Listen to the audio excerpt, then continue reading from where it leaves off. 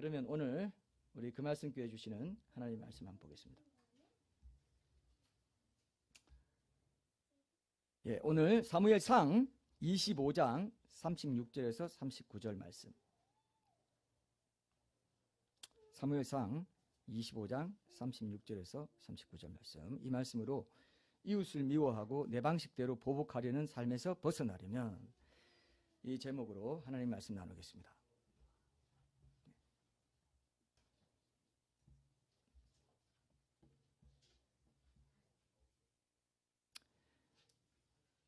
예, 제가 읽겠습니다. 사무엘상, 요즘 우리 생애삶 묵상을 계속 사무엘상으로 해왔기 때문에 여러분 문맥을 잘 아시고 내용도 잘 아신다고 생각합니다.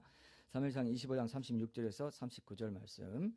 아비가일이 나발에게로 돌아오니 그가 왕의 잔치와 같은 잔치를 그의 집에 배설하고 크게 취하여 마음에 기뻐함으로 아비가일이 밝는 아침까지는 아무 말도 하지 아니하다가 아침에 나발이 포도주에서 깬 후에 그의 아내가 그에게 이 일을 말하매 그가 낙담하여 몸이 돌과 같이 되었더니 한 열흘 후에 여호와께서 나발을 치심에 그가 죽으니라. 나발이 죽었다 함을 다윗이 듣고 이르되 나발에게 당한 나의 모욕을 갚아주사 종으로 악한 일을 하지 않게 하신 여호와를 찬송할지로다. 여호와께서 나발의 악행을 그의 머리에 돌리셨도다 하니라. 아멘. 자, 오늘 영상에 보면 요즘 사람들이 특히 싫어하는 진상 고객에 대한 주변 사람들의 반응, 이게 담겨 있는데, 이 영상 보면서 우리가 일상에서 한마디라도 이 말을 어떻게 하는가에 따라서 사람들의 반응이 이렇게 천차만별로 달라질 수 있겠다는 이런 생각이 들었습니다. 이 영상 말미에도 보니까 아까 무슨 명언이 하나 나왔죠? 무슨 말이 나왔어요? 혹시 기억해요? 예. 무심코 뱉은 말 한마디가 누군가에겐 상처가 되고 누군가에겐 힘이 된다, 이런 말이 있었습니다. 그죠? 정말 그런 것 같습니다. 말 한마디 하는 거. 저도 이제 일전에 동네 아파트를 이렇게 지나가는데 중년의 여인이 나이가 아주 많은 할머니께 막 뭐라 하면서 나무라고 있고, 그 할머님은 좀 불쌍한 표정으로 빤히 아무 말도 못하고 자기가 잘못한 게 있나 봐요.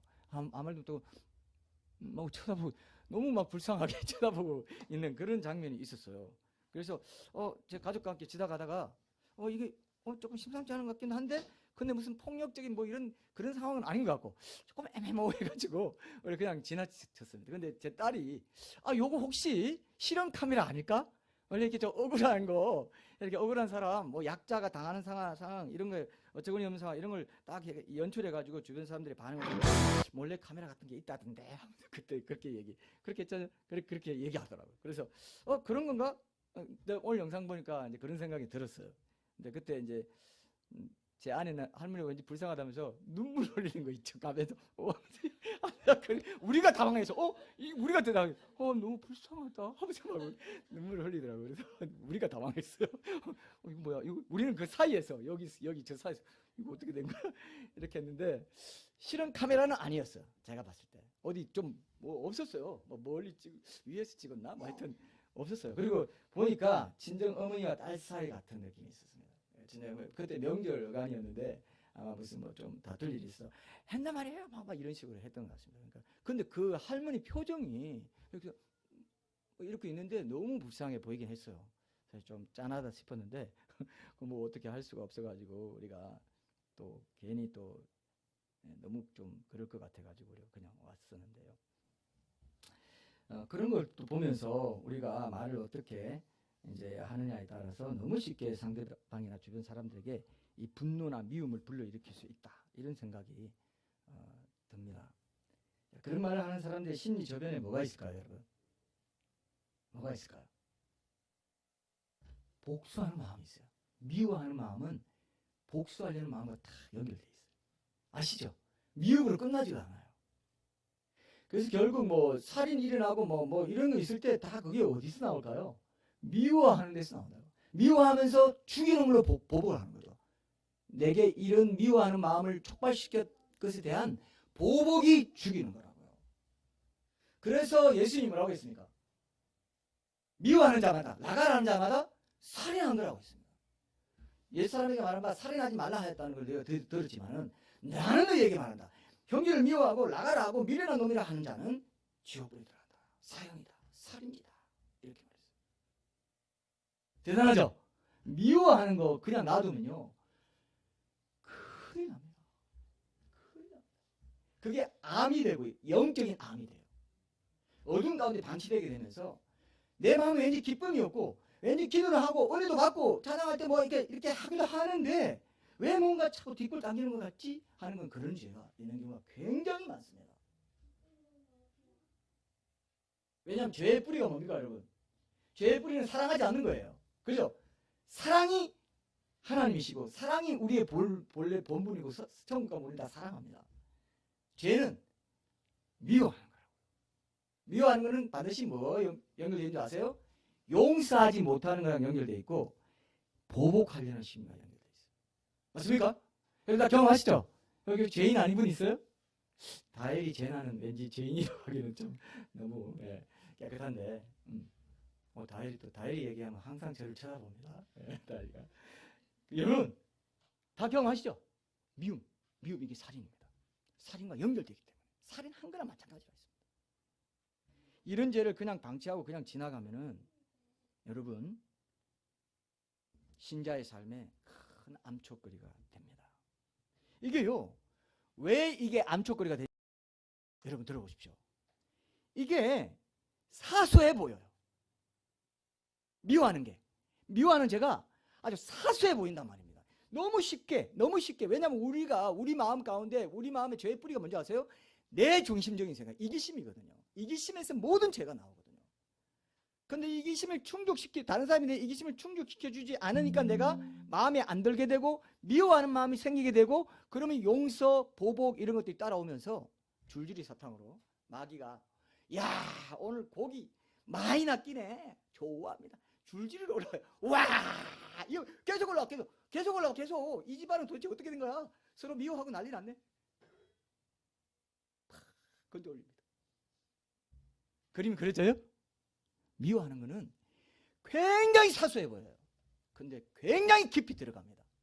그리고 내가 못 알아차기 때문에 계속 어두운 가운데 말씀이 회개하지도 않기 때문에 죄라고도 생각하지 않고 너무 자연스러우니까 회개하지 않아요. 그러니까 계속 깊이 들어갑니다. 말씀의 조명을 받지 못해요. 결국 뭔가 깨운치 않다. 영적으로 이렇게 깨운치 않지? 깨끗한 영이 되고 싶은데 이상하게 혼탁해 있습니다. 염려가 떠나지 않고 불안이 떠나지 않고 뭔가 누가 나를 음해할 것 같고 공격할 것 같고 아무도 안 건드리는데 자기 혼자 괜히 그런 사람 많아요. 교회 안에 많습니다. 우울증 걸려요. 나중에 그런 사람 우울증 걸립니다. 신앙 있다고 하면서도 실제로는 우울증 걸리는 사람들이 많아요. 그게 다 이런 죄입니다. 미워하는 죄, 용서하지 못하는 죄. 나는 왜 이런 환경 또 어떤 죄 이게요 여러분 사람에게 대하면 있잖아요. 하나님을 미워하는 죄가 많습니다. 하나님을 적개심을 갖고 대해요. 찬양하고 다 합니다. 기도도 하고 사랑하는 아버지 하는데도 속에는 이해 못하겠어. 하나님 나한테 어떻게 이럴 수 있지? 나한테 안 그러더라도 딴 사람 억울한 사람 당하면 하나님 왜 나한테는 이렇게 하면서 저 사람 저렇게 하지? 계속 이해 못한다고 하면서 하나님에 대한 미워하는 마음이 있어요. 예배를 온전히 드리지 못하게 합니다. 뭔가 마음에 서걱거려요. 자꾸 걸려요. 이거를요 기도 가운데 깊이 회개하셔야 돼요.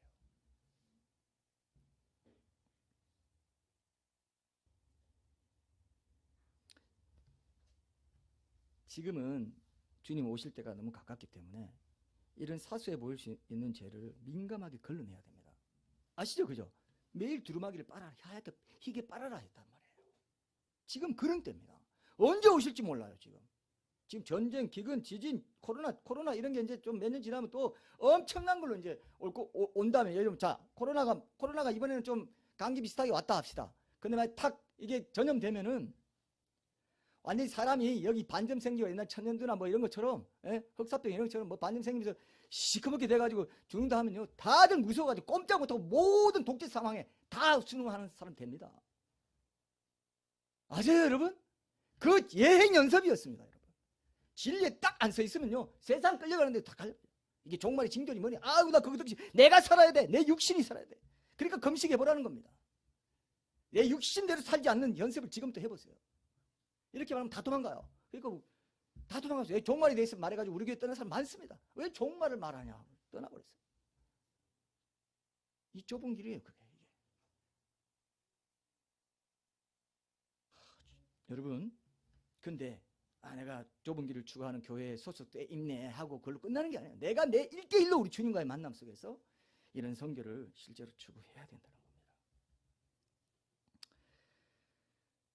여러분들이 오늘 이 말씀을 이제 제가 이제 좀 뭐 문맥은 잘 아시니까 따로 배경 설명 안 해도 잘 아실 것 같지만 간단하게 왜 이 말씀이 제가 이제 우리 1호 큐티가 왜 내게 이 말씀이 와닿았는가, 그죠? 내게 주신 그날 핵심 구절 및 단어, 그 다음에 두 번째는 1호 큐티가 1번에서 5번까지잖아요. 왜 내게 이 말씀이 와닿았는가, 그 다음에 하나님은 누구신가, 이 말씀에 대해서, 그리고 나는 누구인가, 내 문제는 무엇인가, 그리고 나는 어떻게 해야 되는가, 이거잖아요. 오늘 그 순서대로 그대로 제가 하겠습니다. 그래서 우리 새 가족들은 이제 이런 1호 큐티에 익숙해지시면 굉장히 구체적인 큐티를 할 수 있다는 것도 제가 보여드릴 겸 해서 이렇게 오늘 말씀으로 좀 나누려고 합니다.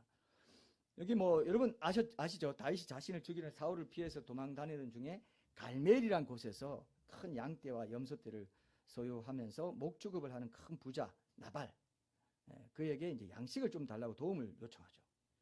근데 나발의 목자들이 양떼와 그 염소떼를 칠 때 다윗의 사람들이 반납제로 주변에서 함께하면서 지켜줬어요.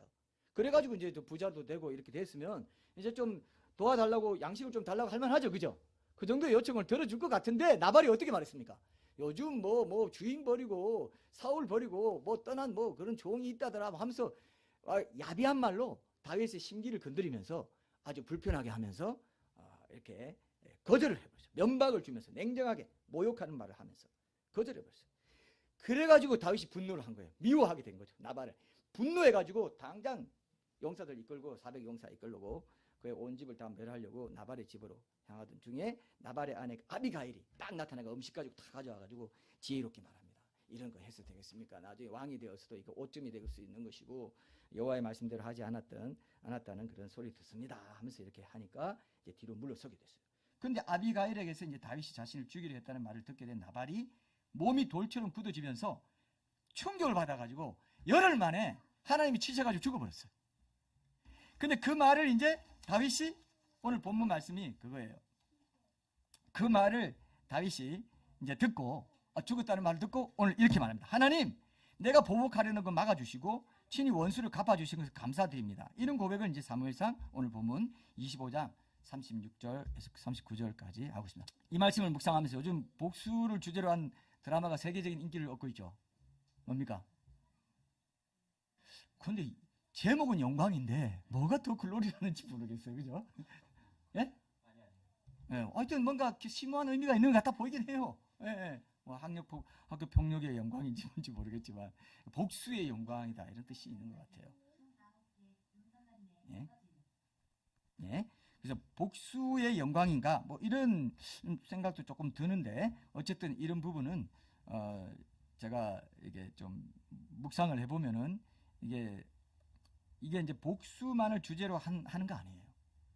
복수를 주제로 해서 사람들의 관심을 끌고 나서 인간 내면에 아주 복잡한 그런 깊은 내면, 섬세하고 이게 드라마틱하게 이런 것들을 이제 그려내는 측면도 분명히 있습니다. 그게 이제 문학 장치고 굉장히 깊은 의미의 이제 그런 거지. 우리가 딱 그냥 뭐 흑백 논리로 이렇게 할 수 없어요. 복수니까 저건 나쁜 드라마 이건 아니에요. 또 글로리가 갖고 있는 심층적인 굉장히 중요한 그런 주제 의식이 저는 있다고 봅니다. 그건 작가들이 다 알고 있는 것이고. 우리 김학주 집사님이 연극하신 분이에요. 1인 선교 연극도 하시고 물리치료 전공하시고 그랬는데 오히려 이 길로 하신 분이더라고요. 너무 귀하죠. 전도 집회도 많이 가서 1인 선교 연극도 하시고 하신 분인데 나중에 한번 1인극을 한번 우리가 부탁드려서 한번 봐야 되겠어요. 지금부터 잘 준비해 주시고 이렇게 말하면 안 되고. 어쨌든 자, 그래서 이 영화 얘기가 나오니까 자연스럽게 제가 이렇게 얘기하게 되네요. 그래서 이제 그런 게 있어요. 굉장히 깊은 게 있을 겁니다. 그리고 이런 전문가들은 그걸 봐요. 근데 뭐 그냥 대중들은 그냥 재밌다 하고 보지만 사실은 그 작가는 그걸 말하고 싶어서 세상에 말하고 있는 거고 크리스찬 작가들이 또 오히려 또 이런 것들을 보여줄 수도 있는 거고 한데 뭐 교회가 얽혀 있고 교회를 나쁘게 말하다 이렇게만 볼 수 없는 그런 세상 사람들의 그 드라마를 통해서 교회에 또 도전 주는 말도 분명히 있는 거거든요. 그래서 그런 것들도 우리가 조금 더 새겨들 필요가 있다고 봅니다. 왜냐하면 너무나 많은 사람들이 공예배 예배 현장 안에서는 예수님 주님 하지만은 일상 속에서는 예수님을 주인으로 안 모시고 사는 게 일상화 돼버린 게 한국 교회이기 때문에 그런 얘기 안 들을 수가 없어요. 밖에서도 일상 속에서도 내가 예수님 주인을 모시고 살고 이것이 내 구원의 여정에 포함된다는 걸 안다면 절대로 그냥 못 삽니다. 그죠? 예배드리고 헌금하고 봉사하고 이걸로 끝내는 거, 그거는 선데이 크리스천이라고요. 에브리데이 크리스천이 진짜 크리스천이고 성경에서 처음부터 끝까지 말하고 있습니다. 그 드라마나 이런 데서 교회 교인들을 공격하는 이유는 신앙이 일상화되지 않은 그런 위선을 질타하는 거라고요. 맞습니까? 그건 질타 받아야 돼요. 실제로 그런 교회가 너무 많고 교인들이 너무 많기 때문에 누구 어느 뭘 교회를 비판하고 교인 비판하고 이렇게 하려는 게 아닙니다. 진리대로 사는 걸 말하다 보니까 그걸 말해야 된다는 것입니다. 때로는 말해야 될 때가 있다는 것입니다. 그래서 그거를 여러분들이 꼭 좀 기억하시고 저를 드라마를 통해서 하나님 말씀해 주시는구나, 바로 살아라고 하시는구나, 이렇게 생각하시는 게 저는 더 맞다고 생각합니다. 어쨌든 그런 게 있지만 세상이 당연시하면서 살아가는 가치관이나 방식 그대로 진하게 이제 노정된, 뭐라고 할까요? 그대로 펼쳐진 그런 드라마 같기도 해요. 세상은 나를 아프게 한 사람들에게 똑같이 대갚아주는 복수, 권선징악 이런 걸 얘기하면서 나 스스로 그 복수에 나서야 한다고 이제 부추기는 그런 역할도 분명히 하는 거죠. 표면적으로 그렇게 돼 있기 때문에 아, 멋있다, 나도 멋지게 한번 복수해 봐야지, 그런 생각 들 수 있죠. 그런 생각 들 수 있다고요. 나도 치밀하게 계획 짜가지고. 요즘은 챗 GPT가 이런 것들 다 알려준다는 거죠. 이런 상황에서 멋지게 복수할 방법이 있을까? 그럼 챗 GPT가 수많은 책들 다 지식 전국 갖고 있기 때문에 한 1, 2분 만에 쫙 내버려요.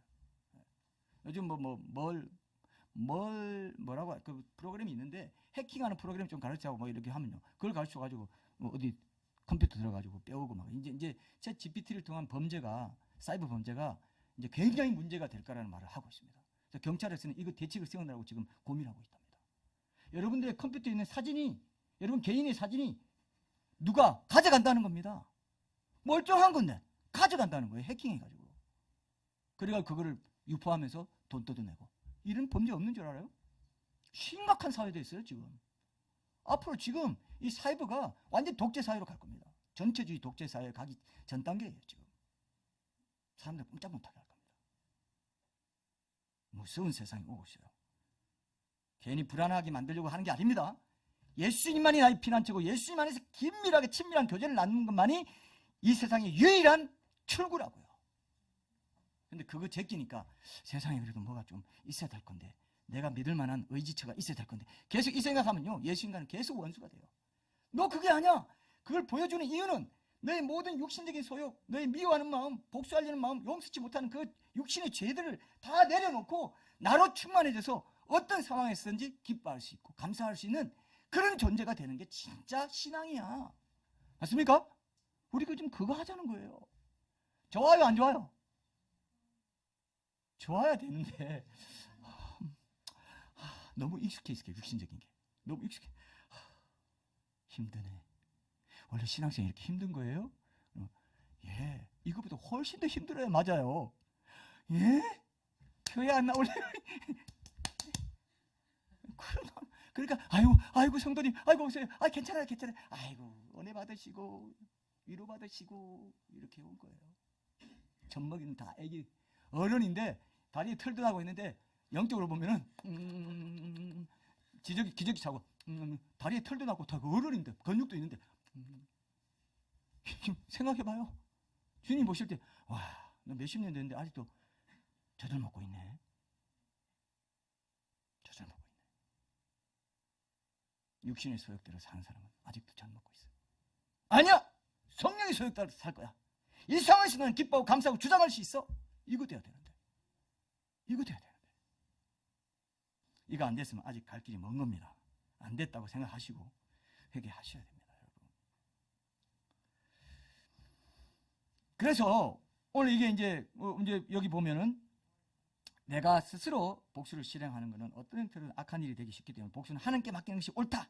이게 이제 다윗이 순간적으로 자신의 자존심 상하는 그거이기 때문에 막 그게 상황에 휘둘려가지고 성경이 본래 지향하는 이런 가치를 훼손시킬 뻔했다. 이런 생각이 들어가지고 제가 이 말씀이 제 마음에 와닿았습니다. 하나님은 누구신가? 세 번째, 하나님은 나를 억울하게 느끼도록 만드는 사람에게조차 내가 스스로 나서서 복수하는 것을 싫어해요, 좋아해요?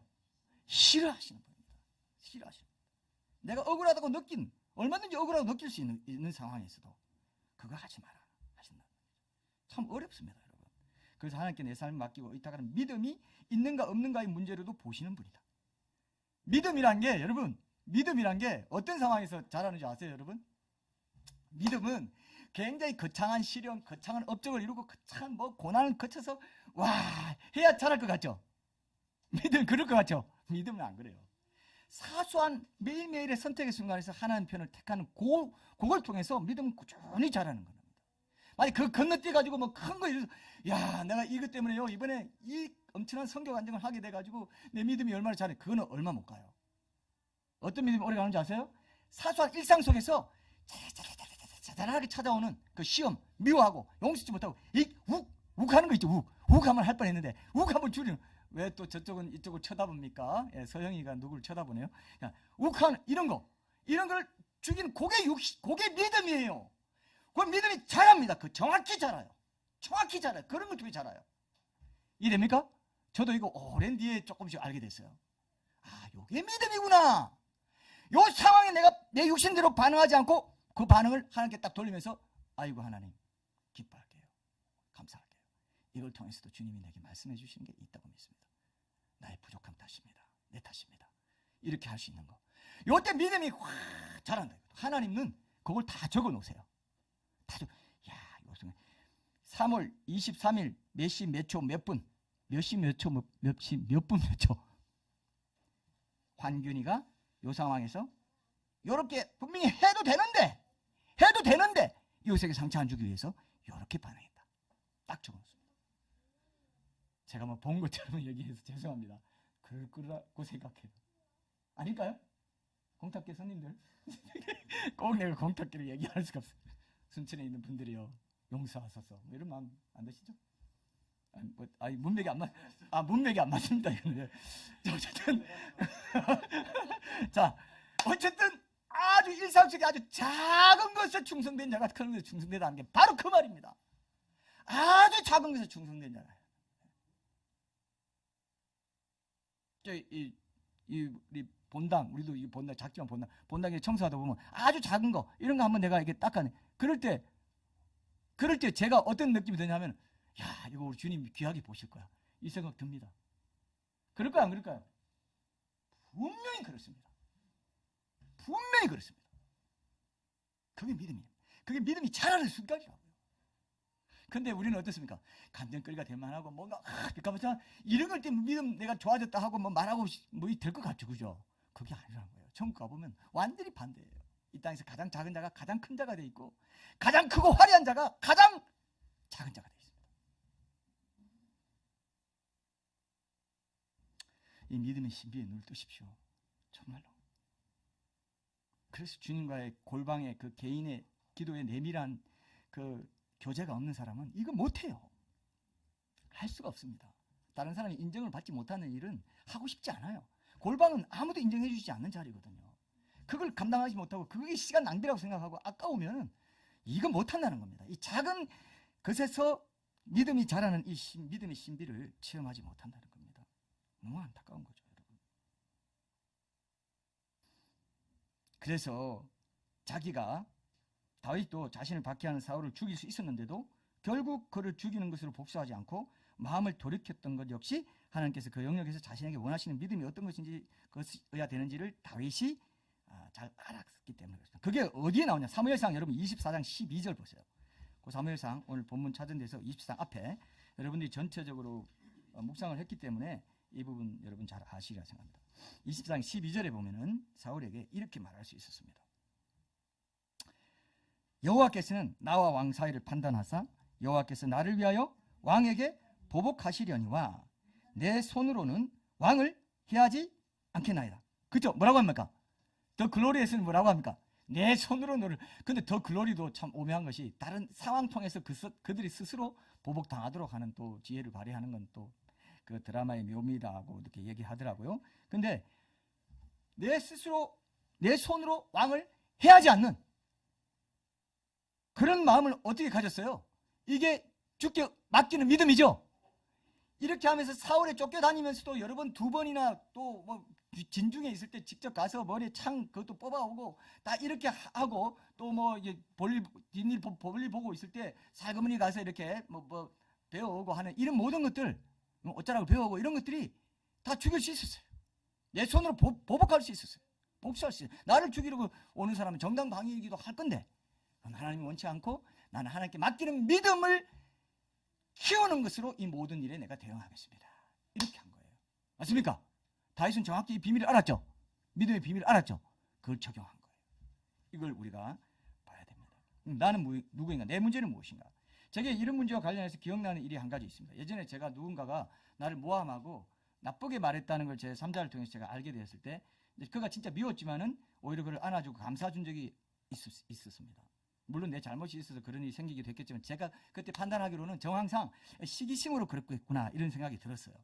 어떻게 보면 나를 정서적으로 학대한 자인데 근데도 오히려 그 일 자체를 하나님께 맡기고 내가 직접 그를 미워하는 것으로 보복하거나 그가 나를 대한 것처럼 똑같이 대하지 않겠다는 그때 어떻게 그런 마음이 들었는지 모르겠습니다. 그때 그런 마음이 들었어요. 그래서 제가 그렇게 주셨던 것 같아요. 근데 여러분 제가 그때 그랬죠.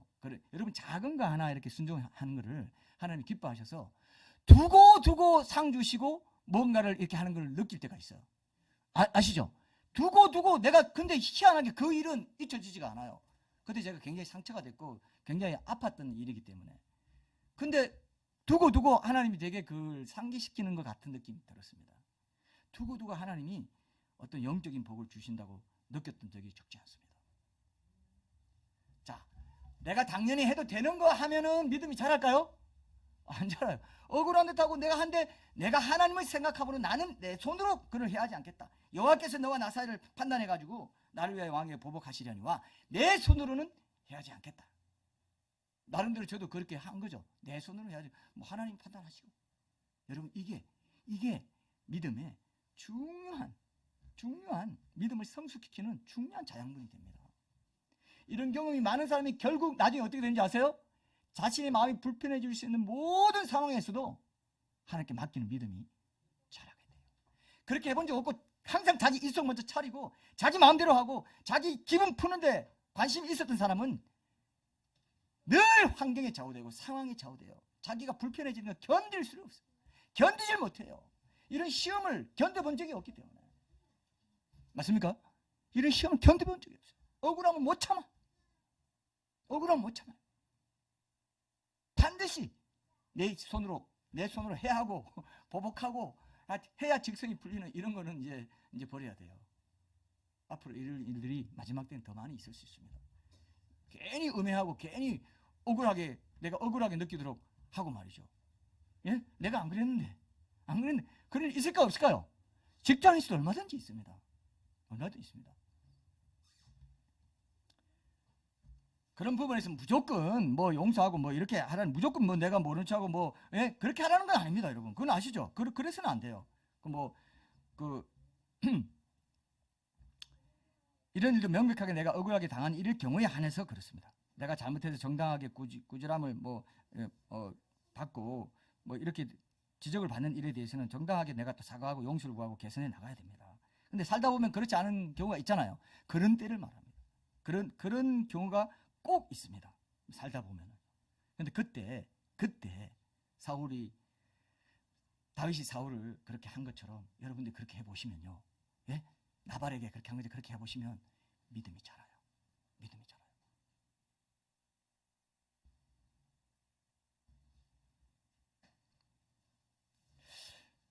제가 그래서 이제 내 문제는 무엇인가 했을 때 제가 그때 그런 걸로 한번 나름 좋게 그렇게 대응했다고 해서 그 이후로 내가 자유함 누리냐? 아니요, 전혀 그렇지 않았습니다. 계속 그렇지 않은 내가 보복하려는 마음으로 실행한 것도 있었고, 내가 육신적인 소욕으로 대응한 적도 있었습니다.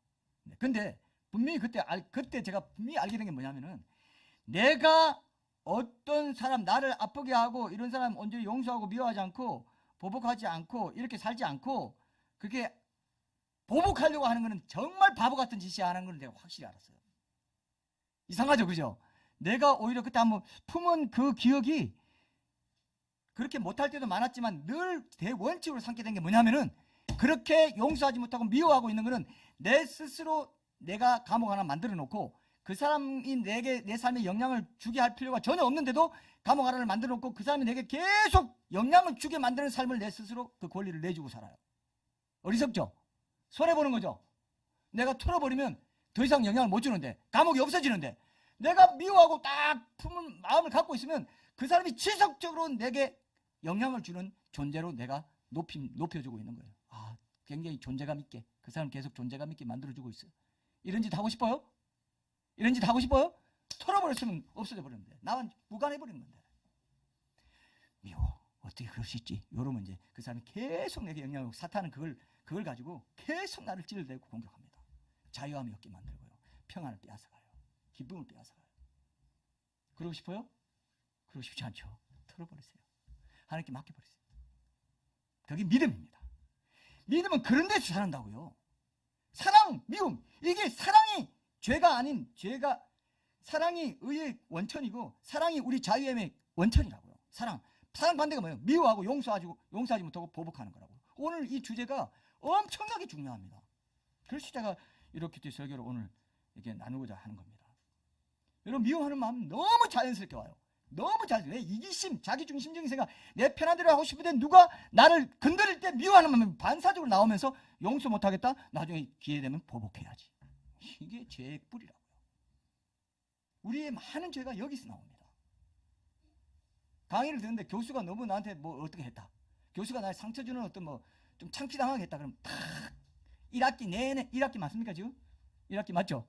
1학기 내내 저 교수 나도 언제 한번 쫑꼬 줄 거야. 경상도로 쫑꼬라고 합니다. 언제 한번 쫑꼬 줘야지. 쫑꼬 안 주는 거 그렇지 하면서 내가 쫑꼬 줘야지. 혹시 대학생들 여기 대학생들 그런 마음 가진 적 없어요? 아직 없죠? 한 달밖에 안 돼서 그래. 나중에 좀 지나면 생깁니다. 이상한 교수가 나와요. 내 마음에 안 맞는 교수가 나와요. 와, 뭐 저런 교수가 다 있어. 저런 교수가 다 있어. 내 마음에 안 들어. 그것도 미워하는 거거든요. 큰 죄입니다. 살인죄입니다. 살인죄입니다. 얼마나 미워하는 마음이 쉽게 들어오는지 몰라요. 인간 죄 덩어리예요. 반사체거든요. 그들을 반사하면서 수용하지 못하고 그대로. 하나님 우리를 만드신 거는 하나님의 형상대로 하나님의 영광을 반사하도록 그렇게 만들었는데 타락하면서 하나님 반대되는 성품으로 사탄의 편이 돼가지고 복음에 하나님 원수가 돼가지고 살고 있으니까 죽고 나면 바로 지옥 불못에 들어간단 말입니다. 원수 사탄 따라간대요. 마귀 따라가요. 원래 불못은 인간을 위해서 지은 게 아닙니다. 사탄과 마귀를 위해서 예비된 영영한 불에 들어가라고 했어요. 우리는 영영한 불에 들어가서는 안 될 존재라고요. 천국적인 존재라고요. 이 세상이 지금 천국입니다. 천국의 모형이라고요. 근데 어두컴컴한 완전 지하 불못에 영원히 거기서 살게 되는 운명을 모두가 타고났다 이겁니다. 그래서 초상집에 가는 것이 잔치집에 가는 것보다 낫다 그랬어요. 지혜로운 자는 초상집에 간다 그랬어요. 맞습니까? 병원 갈 때마다 장례식장 한번 봅니다. 저는 저게 다 모든 인생이 갈 길인데 저걸 안 보려고 그냥 좋은 것만 보려고 그게 속는 거라고요. 100% 속습니다. 이건 눈을 뜨세요. 저는 복음 주님 만나기 전에 이 지옥 죽음에 대해서 얼마나 많은 고통을 당하는지 몰라요. 뭐 하나님 뭐 좀 더 특별한 섬세한 성격인지 그건 모르겠습니다. 다 그런 걸 저는 지난다고 생각하지. 제가 만난 것처럼 다 만나야 된다고 절대 생각 안 해요. 저의 체험을 절대 하지 않습니다. 다 기질과 경험과 다 환경이 다르기 때문에 각자 독특하게 하나님 만나 주신다고 저는 다 존중해요. 근데 저는 그렇게 만났습니다. 죽음, 지옥 이게 너무 허무하고 지옥의 어떤 엄청난 공포스러운 모든 형벌 이런 것들이 다 생각이 나요. 생각하는데 아니 이거 왜 내가 지옥을 알게 돼가지고 나 이거 벗어나고 싶은데 나 세상에 좋은 것만 보고 싶어. 왜 내가 여기 항상 이 생각을 하고 살아야 되지? 이랬습니다 제가.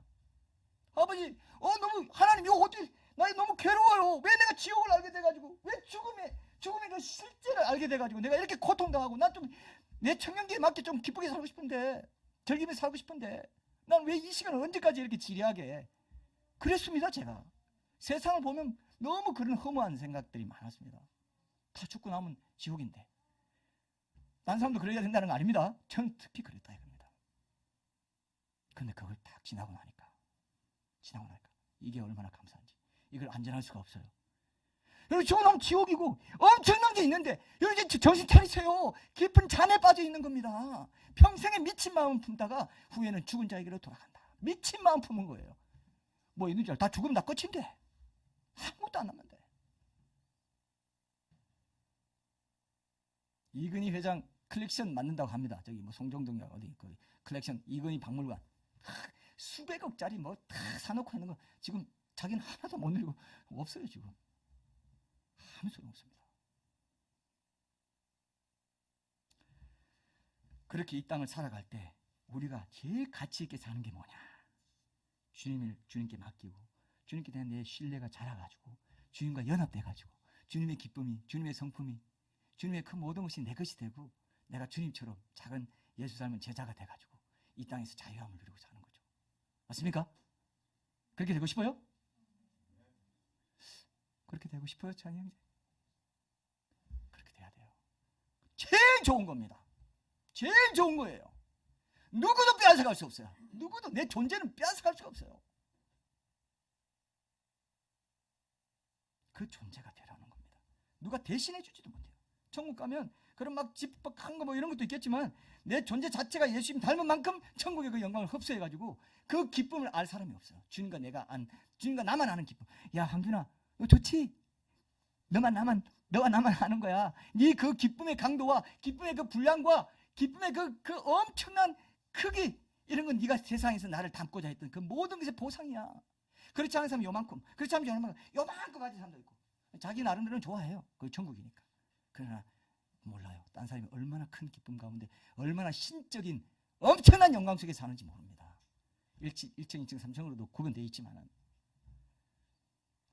왕의 보좌에 앉는 사람이 있고 백성이 되는 사람도 있고 다 나눠진다 했잖아요.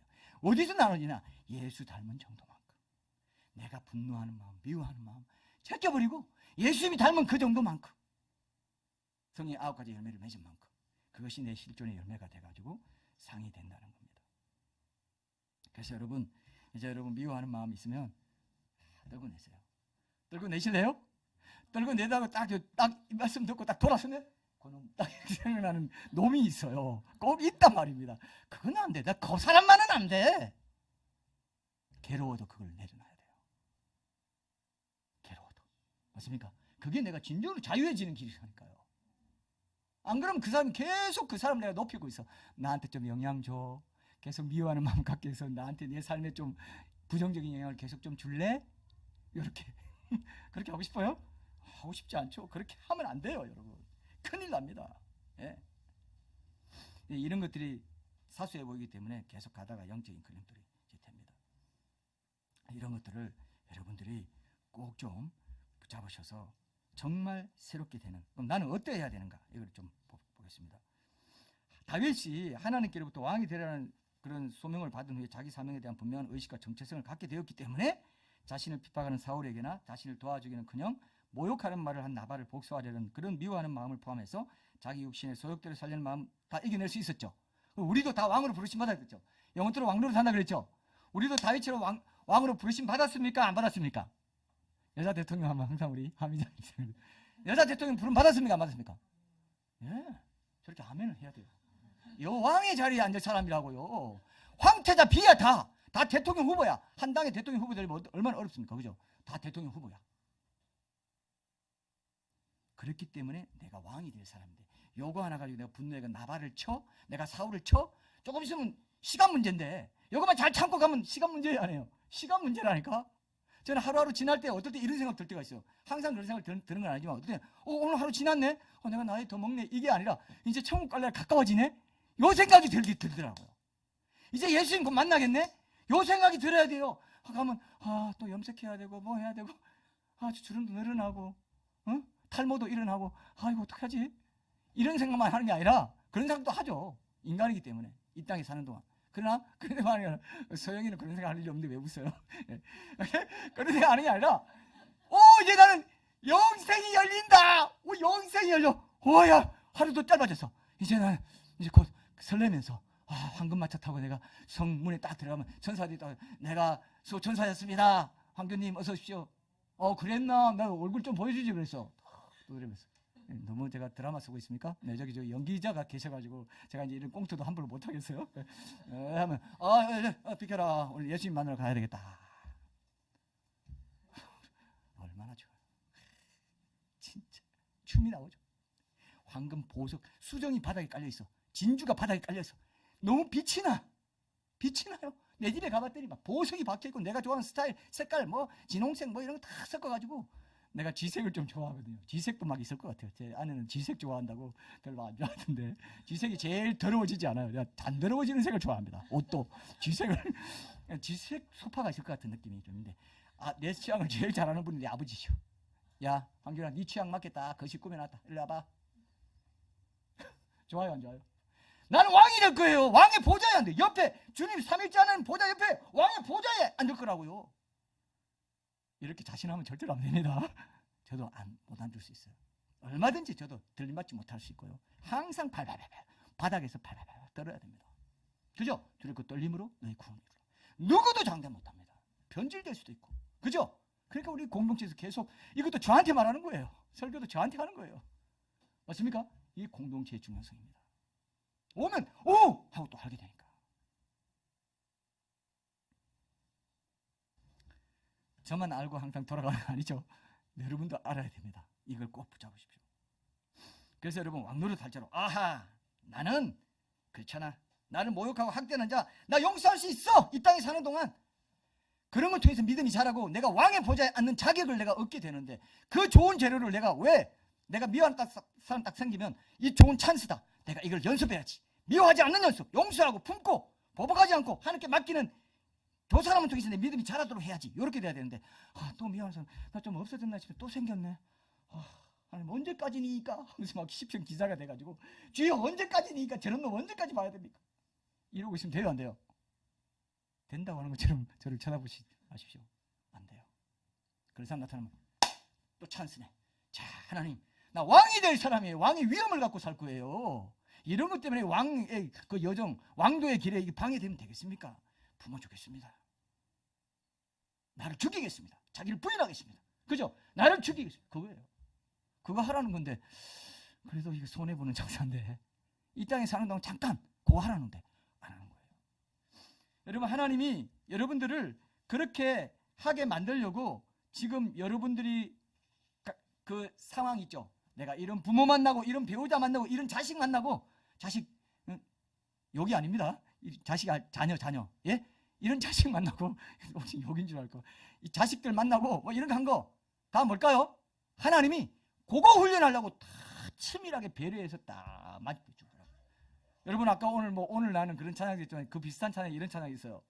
하나님은 실수하지 않으신다네 있죠. 근데 우리는 일상 속에 딱 들어가면 우리 공예배에서는 하나님 실수하지 않은 신실한 하나님 믿는다고 막 고백하면서 실수하지 않은 박수까지 치면서 노래 불렀어요. 일상 속에 가서는 어떻게 할까요? 같이 제가 운을 맞춰서 노래 불러보면 이겁니다. 하나님은 정말 실수하신 것 같아. 어때요? 꼭 요런 노래 하면서 살아요. 하나님은 정말 실수하지 않으시는 공예배에서는 막 그래 놓고 일상 속에 아이고 저 인간, 아이고 저 자식, 속썩이 있는 저 자식. 여러분 그걸 볼 때마다 그것 때문에 하나님 원망하고 하나님 미워한다고요. 사탄은 그렇게 만듭니다. 왜 이런 부모 만나가지고, 왜 저런 자녀를 둬가지고, 왜 내 이런 배우자 만나가지고.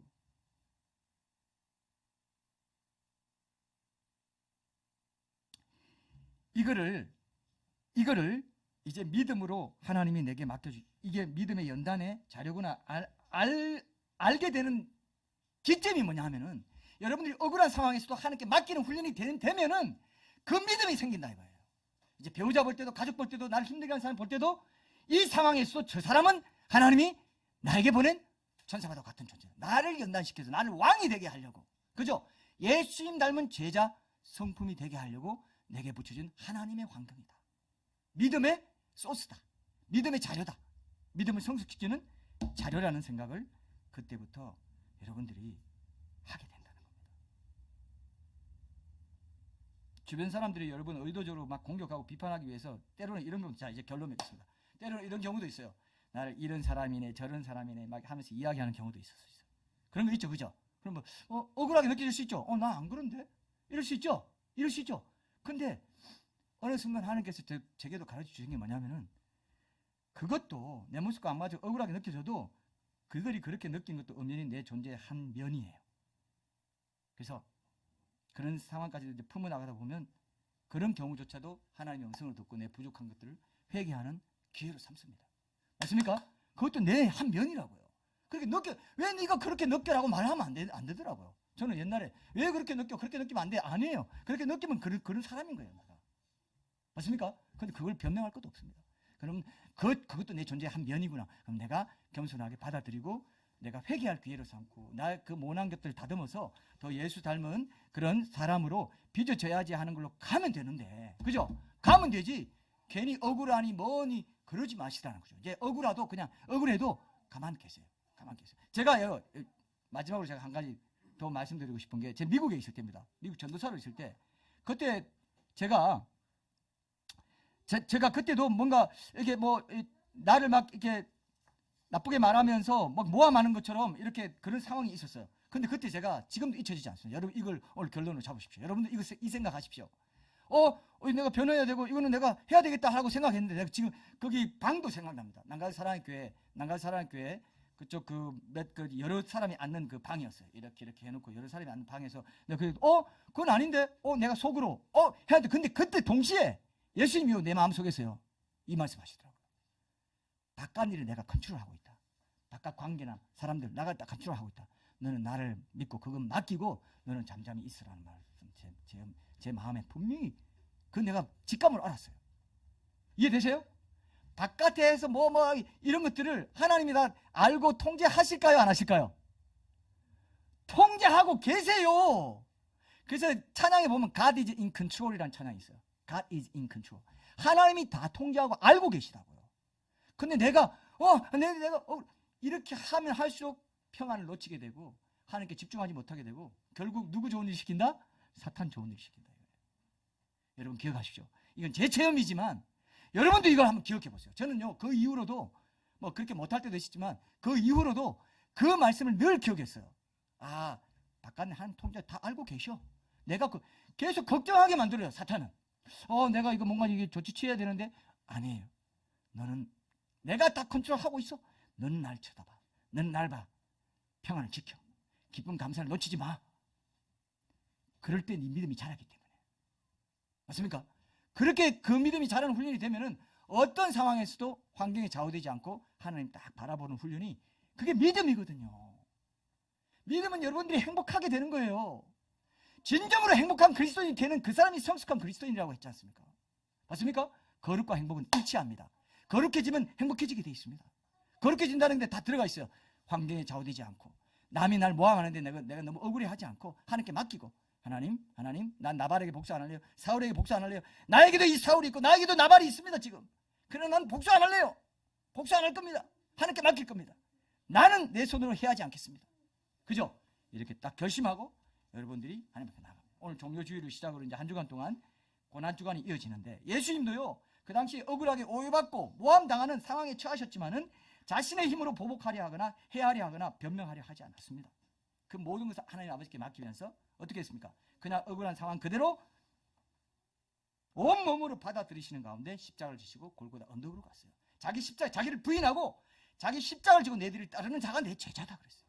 그죠? 이번 고난주간에 이걸 묵상하십시오. 그냥 추상적인 거 묵상하지 마세요. 여러분들의 삶의 나발, 여러분들의 삶의 사울을 내가 예수님이 묵묵히 모든 걸 온몸으로 지고 십자가 지고 가셨던 것처럼 나도 내 십자가 지고 그 뒤 따라가야지. 이번 고난주간에는 이 예수님의 모습을 내가 묵상하면서 내게 구체적으로 있는 나발과 사울을 다 데려와가지고 내가 너희들을 방면하노라, 용서하노라. 한번 해보세요. 지금 여러분 저처럼 이렇게 한번 해봐요. 자, 이렇게 한번 해봐요. 좀 이상합니까? 내가 용서하노라. 내 나발 사울 잘 가. 더 이상 내 인생에 영향 끼치지 마. 했죠 오늘? 이 세례 물 뿌리는 거 같은데, 예? 세례도 그런 관계가 있습니다. 아주 깊은 진리가 있습니다. 그런 것도 좀 나눌 텐데, 자, 그런 것들을 우리가 훈련하게 해달라고 오늘 우리 회개할 거 회개하고 우리 하나님께 간절히 기도로 나아가는 시간 갖고 또 조금 더 기도하고 마치겠습니다. 우리 기도하겠습니다.